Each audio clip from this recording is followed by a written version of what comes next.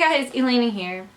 So I've never been that great at swimming. Like when I was a little kid, my parents put my brother and I into swim classes, and at the end of every single class they would take us to the deep end of the pool, which was a whole 5 feet deep. And they would pick up each kid and they would just poop them on into the water. And I guess they thought that would teach some kids to either swim or drown, even though they obviously had like attendants and stuff watching.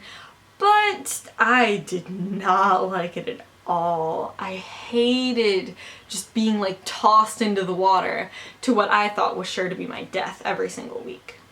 So after those lovely formative years, I, for some strange reason, never really got that into swimming. So one summer, my friend decided to invite me to go with her to her grandparents' house for a week and just kind of like hang out and stay with them and spend time with their family, which was cool. But her grandparents lived on a lake.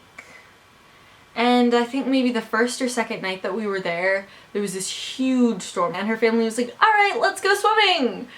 And I was confused a lot by the fact that they were going swimming in a storm. And they could tell that I was a little bit nervous, but they were like, no, it's fine. We do it all the time. It's really fun to like play in the giant waves. And I wanted to have fun. I wanted to fit in and play in the giant waves. So I decided to go out with them, even though I am not that great of a swimmer. So we're out in the water and I'm thinking, okay, yeah, I can enjoy this. And then all of a sudden this giant wave comes up and it's like, and we were all like, ah! And the wave comes up and it comes over us. And I pop back at him, I'm like, I made it!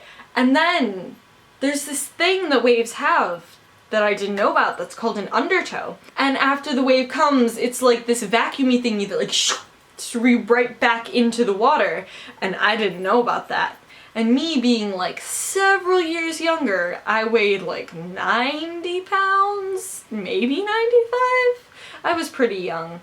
And when the undertow came, goes Elena. She is gone and she cannot get back up from under the water.